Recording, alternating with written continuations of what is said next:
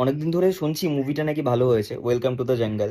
তো আজকে ফাইনালি মানে ডেট ফিক্স করলাম যে যাওয়া যাক। আহ, যাচ্ছি হচ্ছে অতীন্দ্রতে। অতীন্দ্রতে দেখবো মুভিটা, welcome to the jungle.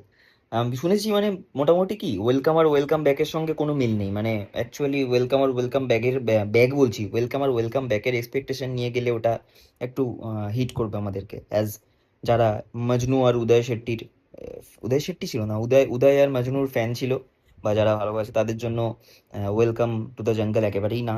Welcome to the জঙ্গলকে যদি আমরা একটা অন্য মাইন্ডসেট নিয়ে দেখতে যাই যে এটা একটা আলাদা টাইপের কমেডি মুভি, তাহলে ঠিক আছে, কারণ শুনছি নাকি ভালো কমেডি হয়েছে আর ভালো ভালো অ্যাক্টর অ্যাক্ট্রেসেসরা রয়েছে, দ্যাটস ওয়াই বেশ ফানি হয়েছে সিনেমাটা। বাকি দেখা যাক।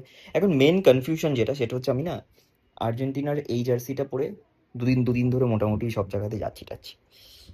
আজকে ঠিক করেছি আর্জেন্টিনাটা পরবো না। কনফিউজ ছিলাম অনেকক্ষণ ধরে বিটুইন এই দুটো জার্সিস। এক হচ্ছে স্পেনেরটা, আর হচ্ছে জাপানেরটা। আর ফাইনালি ঠিক করলাম জাপানেরটাই পরবো।